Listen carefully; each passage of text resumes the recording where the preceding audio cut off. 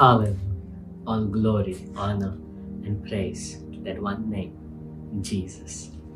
When we open up our Bibles to the letter to Timothy, 1 Timothy chapter 6, verse 10, Paul makes a very profound statement, a very deep statement that is so apt for the times we are living in. He writes there in verse 10, "For the love of money is the root of all kinds of evil." The love of money. See, money is not evil, but the love of money is the root of all evil. You look at wickedness today, you look at corruption today. You see, sometimes people's conscience is just dead because of the love for money. They just want to steal, grab, don't look for the benefit of another. Why? Because for the love of money. Love of money is the root of all evil. Today I want to ask you, do you have love for money? Some of you may say, "No, brother, I don't have love for money. I love God."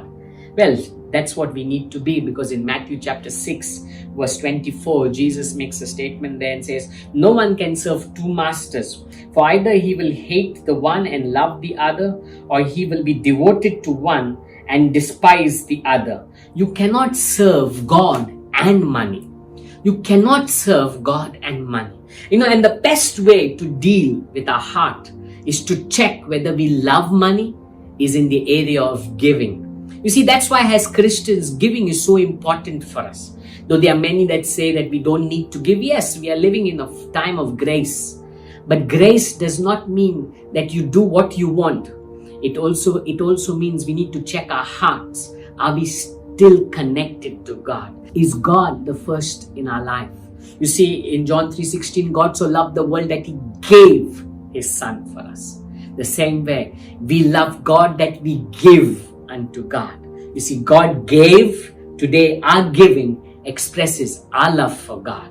So why we give is to check whether our hearts are set on money or our heart is set on God. For those who love God, we don't hold on to money. We don't hoard, but we are willing to let go when God leads us.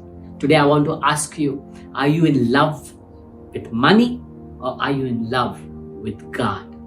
Do you love God above everything else, or are you someone who's chasing after the things of the world, chasing after money?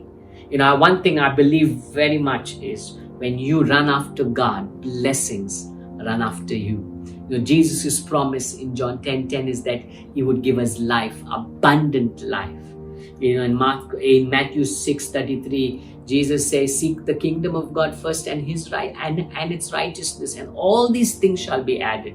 That means God is speaking about a life of additions and multiplications over us if we begin to love Him above everything else. Today I want to ask you, are you in love with money or in love with God?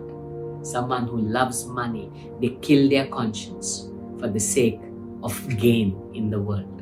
But what profit is it to gain the whole world and lose your soul? Today I want to challenge you.